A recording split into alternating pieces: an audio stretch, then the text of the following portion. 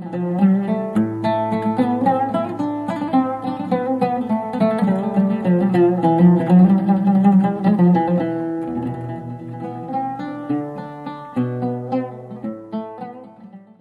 خدای بەخشندەی میهرەبان سەلام و بەرەکەتی خوداتان لەبێ ئازیزان و خۆشەویستان سوپاسی خدا دەکەین کە لە ئاڵقەشتری بەرنامەی بەفەڕ بە خزمەتی خۆشەویستانمان گەیشتنەوە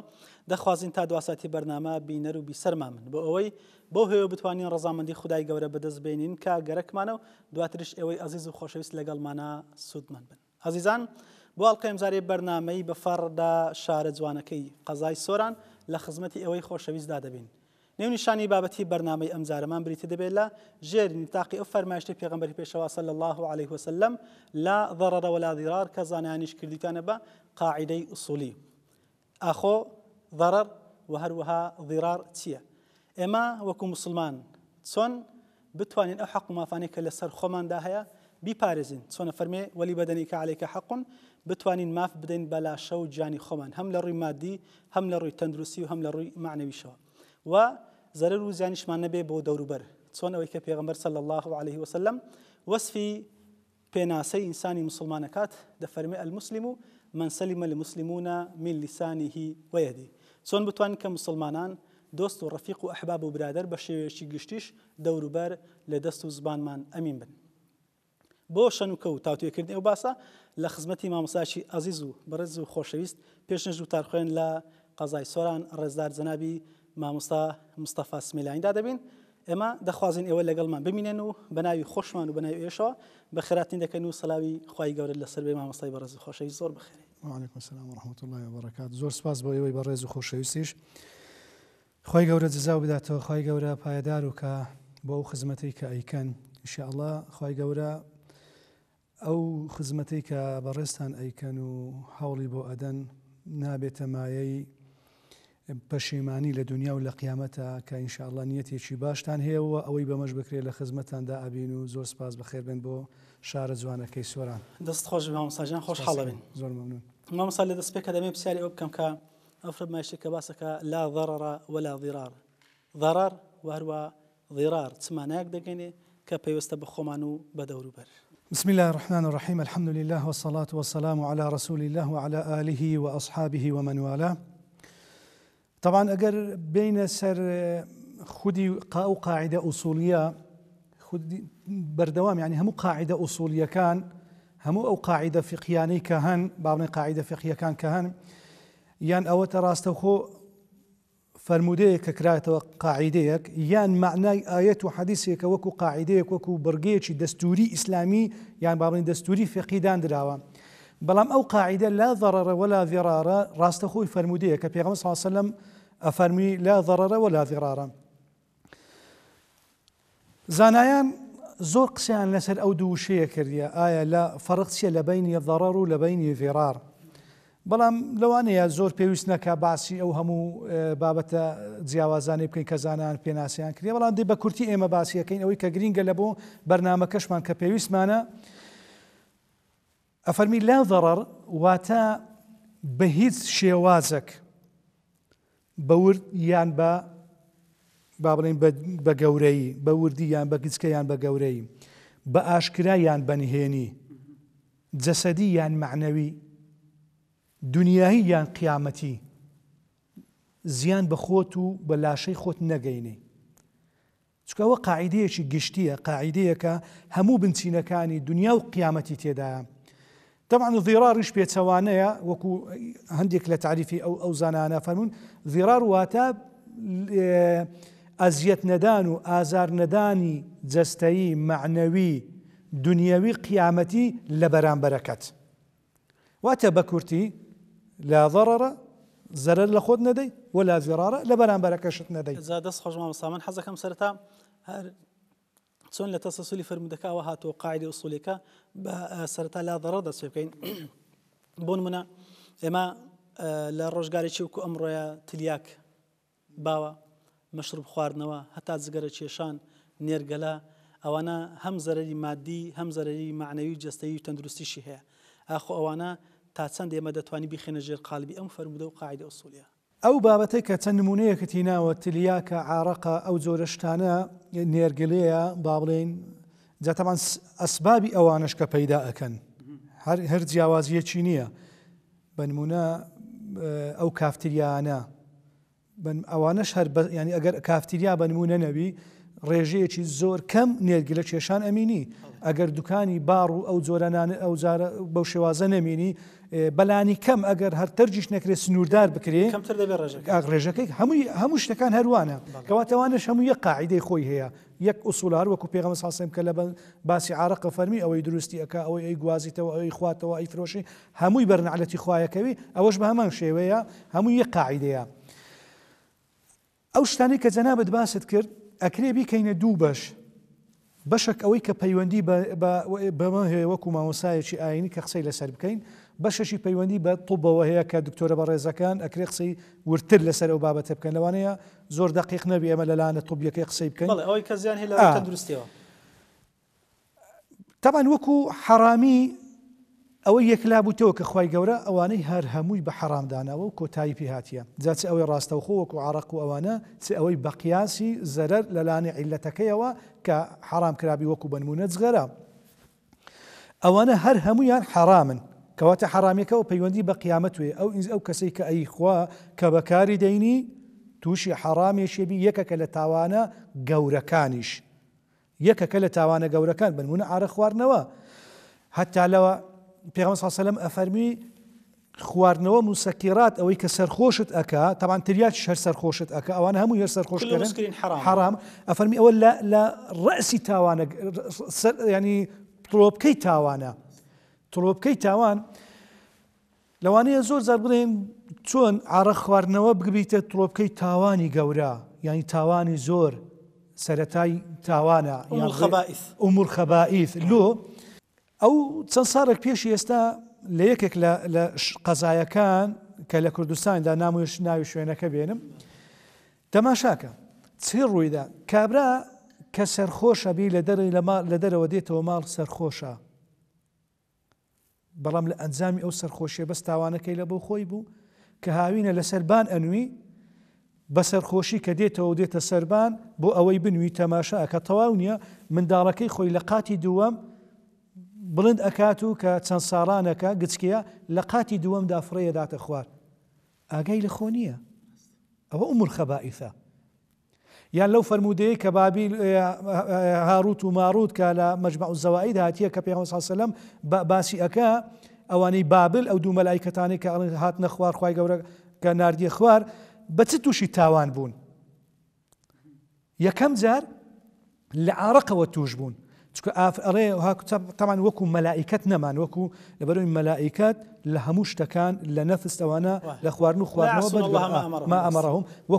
وەکو ئینسانیان لێ هات یعنی طبیعەتی ئینسانیان پێدرا لەلایەن حەزەوە لەلایەن حەدیث و هەموو شتیان بەڵێ لە بۆ دروست بوو لەبێ تاوانەکە لە چی دەستی پێکرد لە عارە خواردنەوە کە ئافرەتێکیان زۆر پێجوان بوو داوایان لێ کرد بەڵام جوابی نەداوە دواتر ئارەقی دەرخواردن ئافرەتەکە مەرزی لە بۆدانە گوتیەوە منداڵە بکوژن نەیان کوشت گوتیان نایکەینەمە گوتی باشە مادەمەیە ئەو ئارەقە بخۆنەوە ئاخیرەکەی ئارەقیان خواردەوە و منداڵەکەشی پێکوشن و بابەتەکە دوور و درێژە و هاتوون تاوانەکەی زیناشیان پێکرد و قەتڵیشیان پێکرد ئەوە هەموو ئومور خەبائیثە بۆیە عارەق و ئەو مادە هۆشبەرانە چەندین زیانی هەن زیانی قیامەتیەوە باسمان کرد کە حەرامە بەڵام زیانی جەستەیی تەماشا کە ئەو کەسانەی کە مدمین بوون ئەو کەسانەی کە بە تریاک بە مدمین بووینە چیان بەسەر هات هەر ئەگەر بێ کەمێک ئەحسایاتەکانی وڵاتان بخوێنەوە یان لەوانەیە لە هەندێک لە وڵاتانەی دەوروبەرمان ئەگەر تەماشا بکەین و یان گوێیان ڕابگرین لە ئیخبارەکان و لە هەواڵەکان یان لەو کەسانەی کە لەوێ دێنە لای ئێمە و قسەیان لەگەڕەکەین ببینە هەندێک لە وڵاتانە چۆن تووشی ماڕوێرانی بووین بەهۆی ئەو تریا خواردنە ئەو ماڕوێرانیە جەسەدیەی وردە کە لە ناوت ئەباجان هەموو نەوعیەتەکانی تریاک وەکو هێرۆینە و تێریاکە و نازان فسفۆرە زۆر ناوی دیکەی هەیە ئەو سەردەما ناوی زوو پەیدا ئاویت و ناوەکان ئەگۆڕێ چۆن لاشەی ئینسان لەبار یەک دەردێنێت وەکو دارێکی ڕزیلی ئەکا وردە پارچە پارچە ئەیکا ئەدی زەرەری مادی خۆی ئەو کەسانەی کە خەریکی ئەو جۆرە ئیشانن زۆربیان يعني قامدار بوویمە لە ئەنجامی ئەوە کچەکەی خۆی لە دەستدایە مامۆستا عیلەتی حرام بوونەکەی کە لە شەرع واریدە ئەوەی کە زەرری مادی هەیە هەم لە ڕووی تەندروستیشەوە زیانمەندە. طبعا هەموو حرامك زەرری هەیە لەبەر هەندێک خوای گەورە حرامی کردیە هەمووی حرامك ئەستا هەتا ئاڕق ئەگەر خوای گەورە تەماشاکەی خوای گەورە کە حرامی کرد چ ئەفەرمی ئەرێ وەنەفعهم وەضەرهما ئەکبەر من نەفعها تەماشای کە خۆ نەفعی هەیە ئاڕق کەمەک نەفعی هەیە بەڵام زەڕەکەی زیاترە جغەرە تەماشاکەی مامۆستا عەفو لێرکوانە باشتەکە بە خەڵک لێمان بە هەڵە حاڵی نەبێ مەبەستی ئەوەی کە نەفعەکەی هەیە مەبەستی بەس لە ڕووی تیجارەتەکەەوە لەوانەیە کەمەک مادە بەدەستبین ئەو شەر هەر حرامە لە ڕوو شەرعیەوە خۆی ئاخر تەماشاکە جوانە قسەکە زۆر جوانەوە بی خەڵکەکە لێمان ینی لێرە تێکەڵەیەک دروست نەبی کە خوای گەورە باسی نەفعەکە نەفعی تەندروستی نییە ڕاستە و نەفعی ئێستای تیجاریش نییە هەم لە بۆ عەقڵێتی ئەو سەردەمە کە ویست لیانی حرامکە مطلق نیکە ینی کەمش تێبێت تۆ لە بۆ ئەوان ئەو کات تیجارەتیان پێوە ئەکرد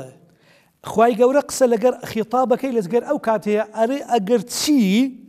ڕاستە ئەنگۆ کەمێک ئیسیفادەی لێ ئەکەن لە ڕووی تیجارەتەوە بەڵام زەرەر و زیانەکەی زیاترە یعنی قسەکە نەفعەکە لە بۆ ئەو کاتی بوو کە پێشەوەی خوای گەورە بڕیاری حرامی بدا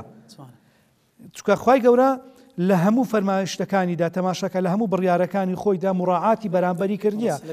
لەگەر عەقڵی ئەگونجێ ئەتو ڕاستە و خۆ بڵی کاکە نابی و خەرابە و ئەو هایەوە قورسە ئەخوای گەورە تێبینی کتێ ئەبینی لە بۆەوەی دڵەکەیان کارێکاکە ڕاستە کەمەک تیجارەت لە دەست ئەدەن بەڵام زەڕەکەی زیاترە ئەوەیە بابەتەکە کەواتە زەڕی تەندروستی زەڕی مادیش کە وەکو باسمان کرد چەندین جۆری تاوان ڕوویدایە چەندین کەسە بووە حتا خێزانی خۆی لەسەردانایە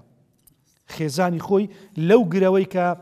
لەبەر مادە و ئەوانە چوە قوماری کردیە و تۆی تریاش پێ بکڕی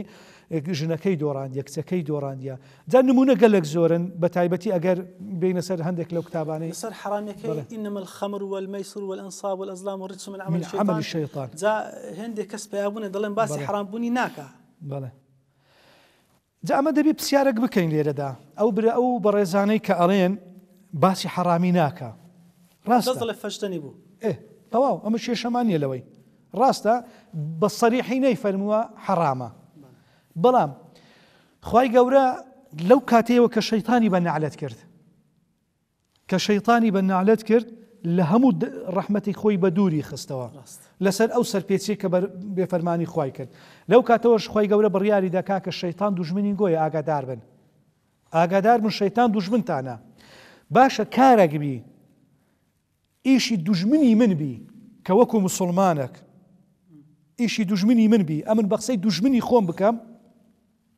هەر ئەوە کیفایەتە بەڵام خۆ ئەگەر لەو ئاەتەشدا کە ڕاستەو خۆ ناوی حرامی نەیناوی باسی دوژمنی سەرسەختی من ئەکا کە ئەیوێ لە خۆشبەختی دنیا و قیامەت بەدەرم بکاولو بۆ چارەڕەشی دنیا و قیامەت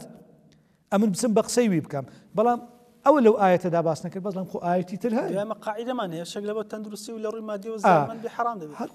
پێغەمبەر فەرمی ساسم كل مسكر حرام خەبیثیش بە هەمان شێوە خەڵا مسکرە ئەوە نەسی حەدیثە ئەوانە زۆر جار وا ئەکەن ینی بازارێک لە بۆ خۆیان پەیدا ئەکەن و لە بۆ قسەکانی خۆیان پەیدا ئەکەن و ئەزانن خەڵکی کوردستان ئەوەندە ساویلکەیە ئەوەندە نەزانە لە ڕووی دینەوە بەڵێ تو قاعیدەیەکتی ئاەتێکتینا بەو ئاەتە قسە لەسەر ئەو ئاەتە بکەی و تەواو هەموو خەڵک بڕوات پێ ئەکات و ئەوانە شتی زۆر سادەن ئەوانە لە مێژوشدا هەر هەبوونە و هەر ئەژبن ئەوانە وردەوردەسان ئەزوردانی دەڕاتە سەربازنەی دومی بەرنامەشمان کە ضیراریشی تێدایە بە هەمان شێوە بۆ منە مەشروع خۆرتەنها زیانی خۆی کە بەرەسەن باسی کرد بەڵام دەمێ باسی ئەوە بکەم کە بەرەسەن سەرەتا ئاماژەتان پێ کرد ئەو منبعانەی ئەو مەڵبەند و شوێنانەی کەوە مەسەلەن هەم تلیاچی لێ بەرهەمدێ هەم لی دەفرۆشێ بۆن من ئەو باڕانە و ئەو شوێنانەیەکەوە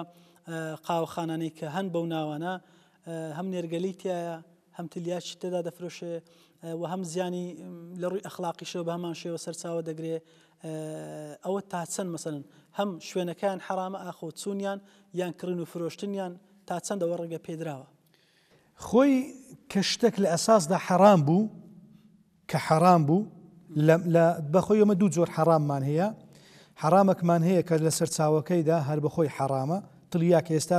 هیچ گۆڕانکاریشی بەسەردا نایە لە معاملە لە دروستکردن لە هەر شتێک هەر لە ئەساسدا هەر بەخۆی حرامە چاندن و هەموو شتەکانی حرامە بەڵام بنمونە ئەگەر عارق تەماشاکەین ئەگەر ئەوەی کە لە ترێ دروست دەکرێت خۆترەیەکە حەرارە ئەساسەکەی و منبعەکەی حەرارە بەڵام دواتر لە ئەنجامی گۆڕانکاریدا ماڵەکە حەرام ئەبی ئەو شوێنانە کە لە حەرامدا پەروەردە ئەکرێن حەرامی تێدا بەکاردێ ئیش تێدا هیچ کە بەخۆی حەرامە مادەکان تریاک عارق ئەو شانە هەمووی حەرامە دووەم خودی شوێنەکەی چوونی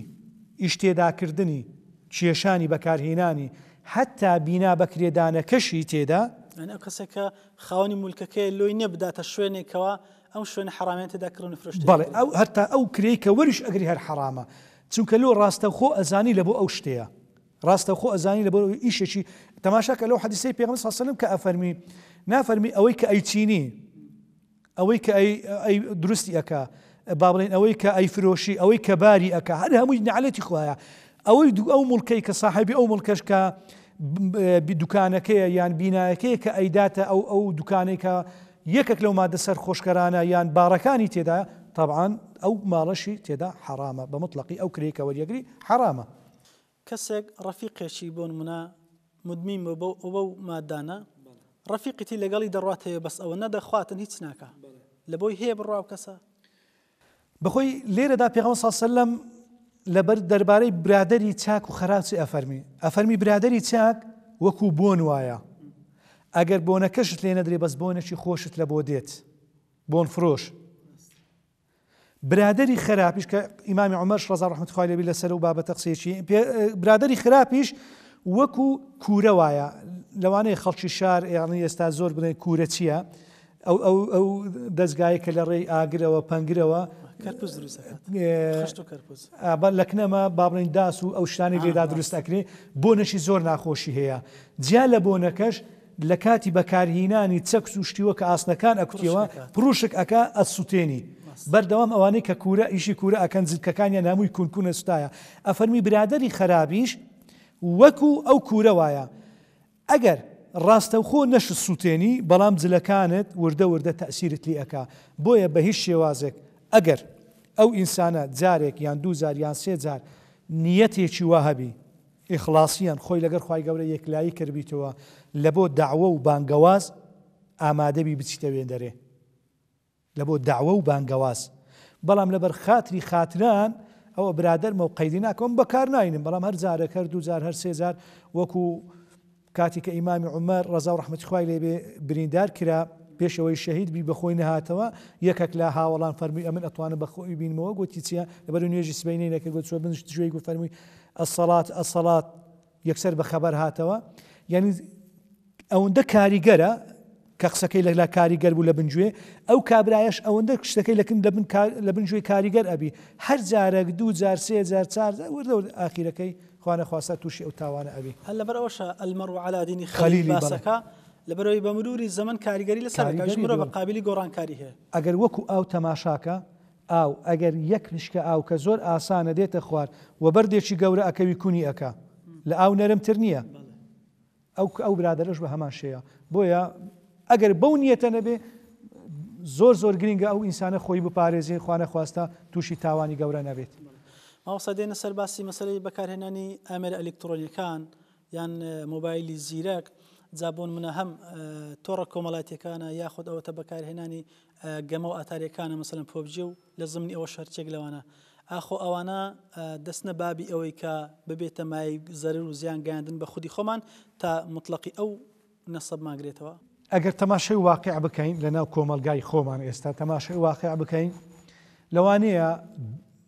ڕێ پێدراو بڵین بەڕێ بە 100% ئەستەژێر ئەو بابەتی ئەو فەرمودەیە لەبەرچێ خۆی ڕاستە هەموو ئامێرە ئەلکترۆنیەک هەموو شتێک لە ژیان ئینساندا ئەتوانی لە بۆ چاکە بەکاری بینی لە بۆ خراپەش بەکاری بینی یەکێک لە بابەتەکان یعنی ئەو ئامێرە ئەلکترۆنیانە بابنی مۆبایلی زیرە کە نیعمەتێکە لەو نیعمەتانی کە خوای گەورە پێداوین شتێکی زۆر باشە من و جەنابت و دەیانی دیکە ئەتوانی لە ڕێ ئەو ئامێرە زیرەکانە ئیشی بزەبت بەرنامەیەکیەوە سازەکەین ئەتوانی لە ڕێی ئەو تۆڕە کۆمەڵایەتیانەوە هەر بە هەموویانەوە بگرە داوە و بانگەوازی پێ بکەی دوو قسەی خێری پێ بکەی یان سیلەی ڕەحمەچیت پێ جێبەجێ بکەی بنمونە تۆ خزمێکت لە شوێنێکی دوورتر ئەتوانی سەوت و سوورە قسەی لەگەر هەموو ئەو شتانەوە نیعمەتن بەڵام کاتێک ئەبێتە نیقبەت ئەو نیعمەتە نامینی ئەبیتە بەڵا بەسەر کۆمەلگای وەکو خۆمانی کە لێ دێ ئێستا لەناو کۆمەلگایمە بەداخەوە ینی ئەو نیعمەتە وردە وردەوادەی کاڕەبی تۆ لەدەست بدەین لەناو خەڵکدا وردە وردە تەماشا ئەکەین ئەو هەموو یاریانە هەن لەسەر ئەو یاریانە کە بەداخەوە بە تایبەتی ئێستا خۆی زیاتر خەڵک ناوی پۆبجی دەینی بەڵام پۆبجی یەکەکە لەناو ئەو یاریە شتە زۆرانەی کە هەن تاوانانەی کە زۆر پێیەکرێن خەڵک لەسەر تەقلیدکردنەوەی پۆبجی کوژرا خەڵک لەسەر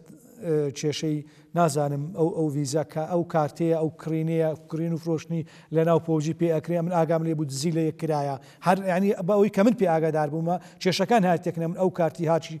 کارتەکەی لێ دزی ئەو نازانم ئەو هاچی کردی و چی ئەو زۆرە شتانە کێشە و دروست بووە پۆلیس هاتیتە ناو ئەوە ینی چەندین کێشەی کۆمەڵایەتی زارەچیت کە دەینەوە سەر کێشەی تەندروستی تەماشاکەی ئەو ئینسانە ماڵی خۆی سەرف ئەکا سەرفی ئەکا بە کارت بە مۆبایلی نازانم بەو شتانی کە لە ناویدا ئەکڕێ زامن لێ نازانم بەو شتانی کە لە ناویدا ئەکڕێ و لە هەروە هەمووان کاتدا ئەو کاتە جوانەی خۆشی پێ ئەبات خۆی کات یەکەکە لەو نیعمەتە گەورانەی کە بەداخەوە ئینسان قیمەتی نازان ینی زۆر بەمان قیمەتی نازانین کە خوای گەورە فەرمی وەلعەسر کە سوێن بەو کاتە ئەخوا بەڵام ئەبینی بەداخەوە گەنجەکانمان بە کچ و بە کوڕ شەوانە لەسەر تۆڕە کۆمەڵایەتیەکان تاوەکو نوێژی سبەینە تاوەکو سعات 2 3 و 4 و ینی زۆر ینی کەس وایە ئەیبینم ئەرێم سعات 11 یان 10 تەلەفۆنم لە بۆ کردیە دواتر دەنجی نەبووە پاشی نێوڕانی تەلەفۆنی کردەوە وتملۆرت نەگرت وەڵام مامۆستا نووسە بووم باشە سعات 11 بەو شەوە درێژانە وەڵام مامۆستا دەوری سعات 7 و 8 سبەینێنم شەوێ چەکە وەڵا خەریشی گەمە و پۆبجی بکەم پێڕێکا کردووە کەرێت چ بکەمەدی کاتەکەی بە چ بەمە سەر خۆی ئەوە دوو بڕگەیە ڕاستە لەوانەیە لەو قسەیە قسەکەی حەقبی بەڵام ناتوانین بڵێن الکەلیمەت الحەق یوراد بها الباطل ئەو بەزمەیە لەبەرەوەی بەدیل هەیە لێرەدا خودی دەسەڵاتیش و خودی حکومەتیش تاوانبارە خودی حکومەت لەوەیدا تاوانبارە لەبەر چێ لە تاوانبارە لەبەرەوەی وای نەکردێ دەرفەتێکی کار دەرفەتێکی سەرقاڵبوونی جیاواز لە کاتە جیاوازەکان لە بۆ ئەو گەنجانە ببینیتەوە بتانی سەرقاڵیان کە بتانی ئەو هێزەی کە هەیتیان بەکاریان بینی بەڵکو ناچاری کردو لە ماڕێدا سزن ببن و خەریکی ئەو پۆبجیانە بن جا لەوەش کە کاتەکەی بە فڕۆ ئەڕوە تاوانێکی زۆر گەورەیە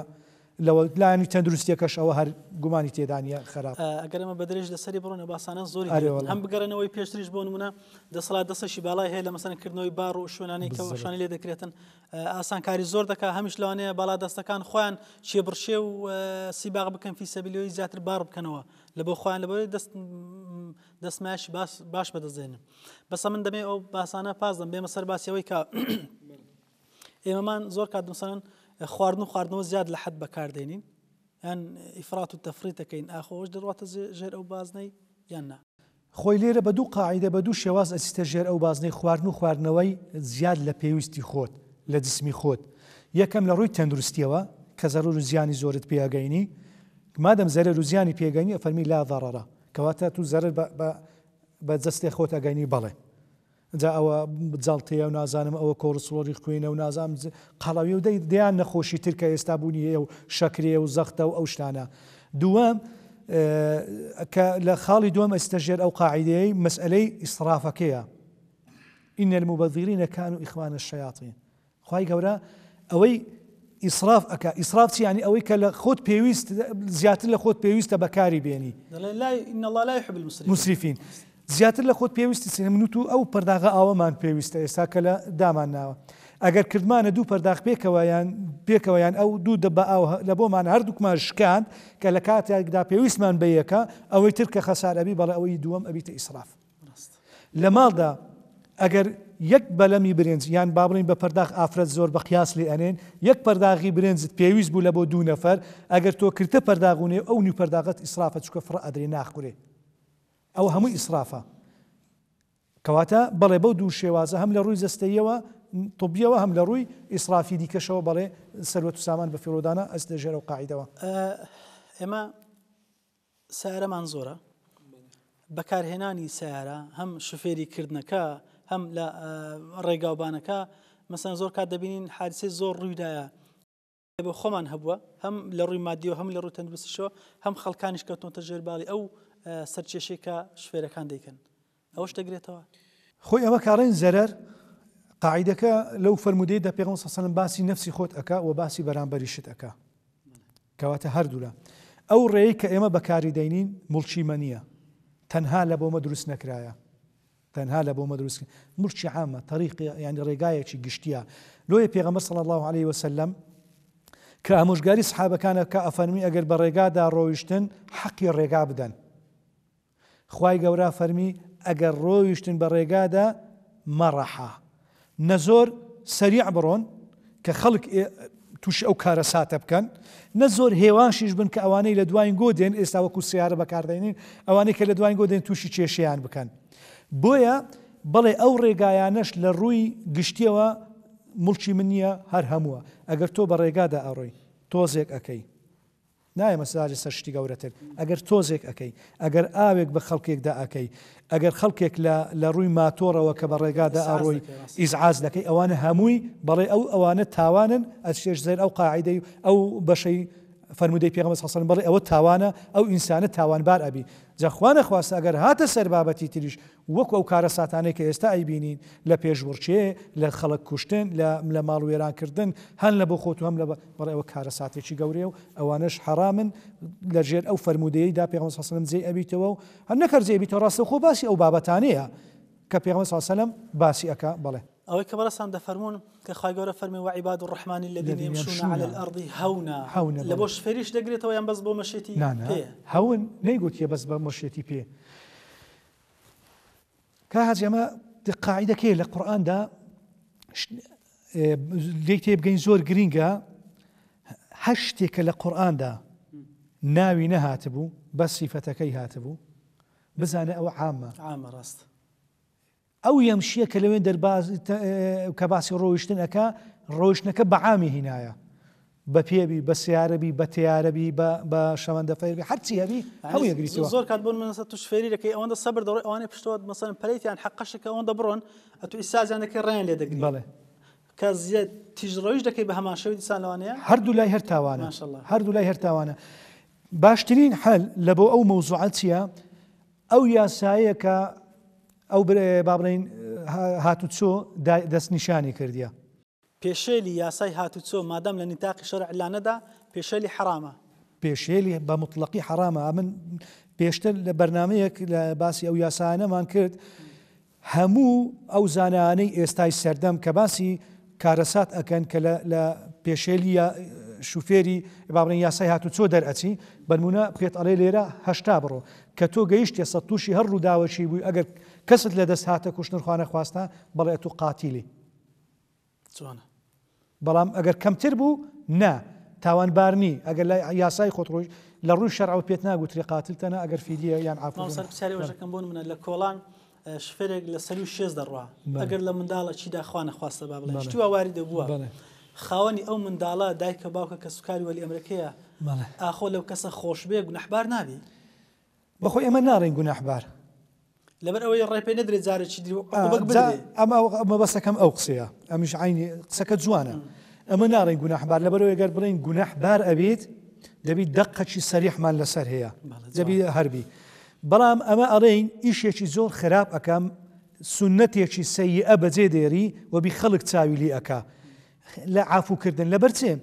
لەبەرەوەی ئەو ئینسانە ئەگەر ئەتو عافوت کرد یەکی دیکەش چاویلی ئەکا و ئاکاتەوە یەکیت کە دەی دەبەونەوە ئاخیری سنەتێکی سەیئە ڕێبازێکی خراپ پەیدا ئەبی بەڵام ئەگەر عقوبەی خۆی وەرگرت کە دروستە شەرعەن دروستە لەبەرەوەی ئەوە قەزا و قەدەر نییە یعنی بەداخەوە دوێنێ ئەو کارەساتەی کە لە هەولێر ڕوویدا ئەو شوفێریە لە ئەنجامی ئەو تیژڕەویە ڕوویدا یعنی لە یەکێک لە کۆمنتەکان کە خوێنمەوە کابرایەک زۆر بە حەماسەتەوە قسەی کردبووم بەڵام ئەوەن دێنێ ئەرێ بەس پێم بڵێن داخۆ چی ئەرێ ئەوە قەزا و قەدەرە ئەوە قەزا و قەدەر نییە پێی ناڵێن بە ملداهێنانی قەزا و قەدەر طبعاً ئەوە قەزا و قەدەر لەبەرەوەی کەسێک نییە وەکو من و تو دیفاع لە خۆی بکە بڵێ کاکە وەڵاهی من بەریمە لەو شتێک کە ئەنگۆ بە ناوی من ئەیکەن ئەگەر نە قەزا و قەدەر بەڵێ ئەو قەزا و قەدەر لەو شتە بەریە کە یاسا هەشتای لە بۆ دانای هەشتا ڕۆویشتی بەڕێ ئەو کات پێگوترێ قەزا و قەدەر ئەو کات پێگوترێ قەزا قاتیلیشنی لە ڕووی شەرعەوە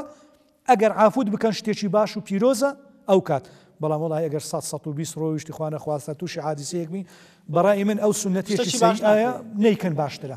لە ڕۆژگارێک وکو ئەمڕۆی هەم کە جەو دەگۆڕێ یانەوە تا نەخۆشیانەیە کە بەرباون تەندروستی لە ڕووی تەندروستیەوە مەسەڵەن برا پزیشکەکانمان یان جەماعەت طبیە سەیدەلیە دەرمانسازی هەد عیلاج و چارەسەری دەدەن بەڵام بە شێوەیەکی ناڕەوا هەم لە ڕووی ئیسراف هەم لە ڕووی کە پێویستی پێ نیە هەم لە ڕووی سعرێکەشەوە ئەوە دەڕۆینە سەر بازنەی وەلا ضیرارە جا خاڵی دووەم لە فەرمودەکەی دەکا فەرمی وەلا ضیرارە باسی پزیشک ینی پزیشکانت کرد بەگشتی تاوان لێرەدا ئەمە هەر قسەیەک ئەکەین بەگشتی نایکەین طبعا لەبەرەوەی تاوانە پزیشک هەیە لێرە زۆر بە ویژدانەوە بووە خەڵک چوویتەکنی ئاگام لێیە گوتی کاکە تۆ هیچ نییە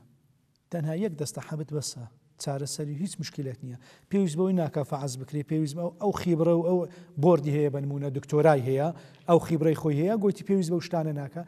بەڵام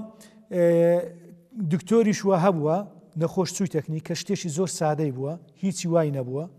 چوویتە لای معاون طبیەک بە دەرزیەک یان بە دەستە حەبێک چارەسەری کرد ئەو چۆی یەک دەستە یان یەک علاگە دەرمانی لە بۆ نووسی ئەوانە هەردووچیان بەراورد ناکرێن بەڵام لە ڕۆژ شەرعیەکەیەوە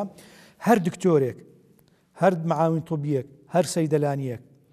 کە لە حەدی خۆی زیاتر لە پێداویستی خۆی زیاتر عیلاج لە بۆ نەخۆش بنووسی حرامە ئەوانەی کە ئەو دکتۆرە بەڕێزانەی ئەوانەی کە ئینشاءڵڵا هیوادارم کەم بن لە کوردستاندا کە تەنسیقیان هەیە لەگەر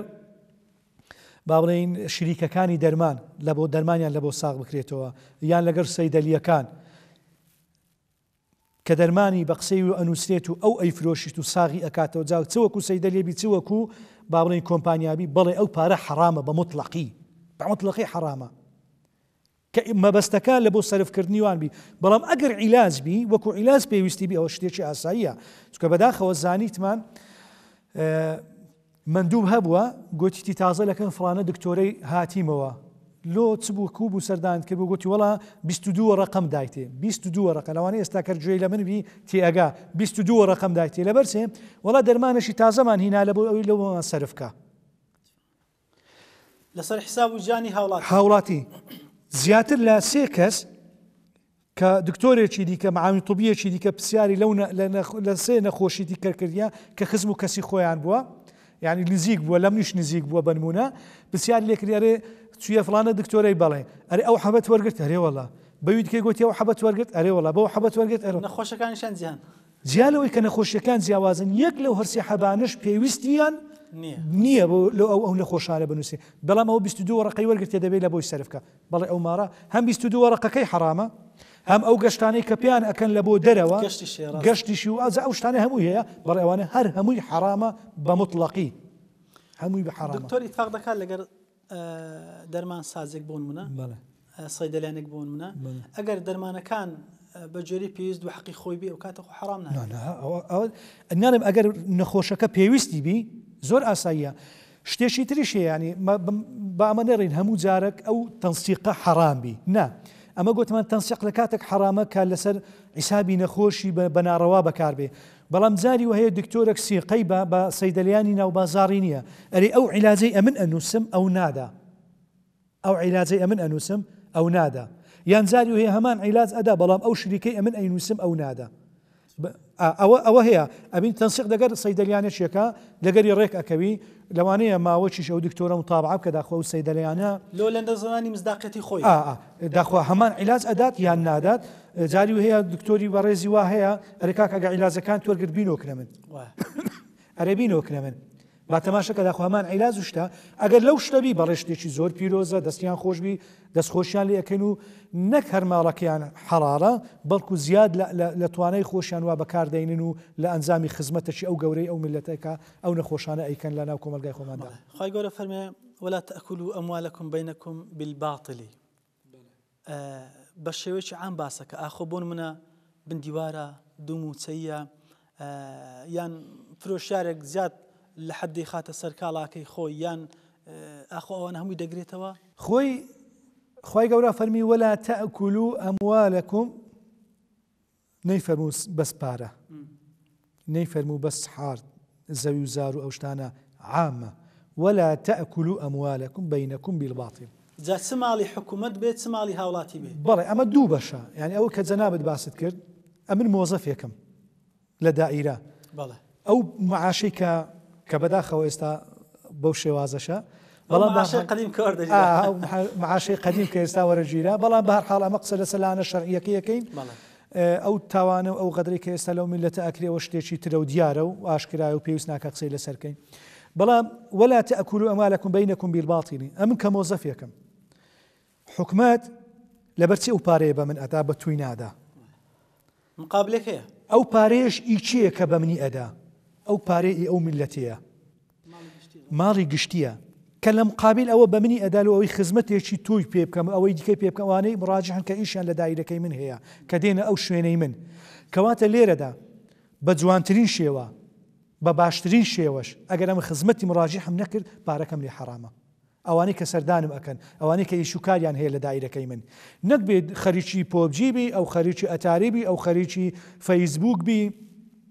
لەلایەکی دیکە مۆزەف خۆی لە خەڵکەکە تووڕەکە بڕۆن ناکەم ئیشەکەی بەڕێ کاکە ئەوە تو خێر بە من ناکەی پارەی و سەروەت و سامانی من و ئەوەی ترە بە تو ئەدرێت و ئەوەی خزمەتی من بکەی ئەمنش لە شوێنێکیت کە خزمەتی تۆ ئەەکەم کەواتە ئەگەر هەر مۆزەفێک حەقی خۆی بە ئیشەکەی نەدا بەڵێ پارەکەی حرامە ئەوە دەگرێتەوە ئەوە یەک ئەوە لە ڕوانگەچی لە ڕوانگەی تر وەلا تەئکولوا ئەموالەکم بەینەکم بالباطل هەر دزیکردن نییە یعنی لێرە ئەو سەردەمە هەندێک شتی با بڵێین پەیدا بووە بەداخەوە ئەمە لەوانەیە خۆمان لێ بەدوور بگرین یەکێک لەوانە هینانەوەی خزمەت ئەڕێ من وەختی خۆ پێشمەرگە بوویمە دەین تۆ سەریشی خۆی پێشمەرگەش نەبووە بەقەدەر ئەو خزمەتی کە معاشەکەی لە بۆ زیاتر ئەکرێ حرامە بەڵێ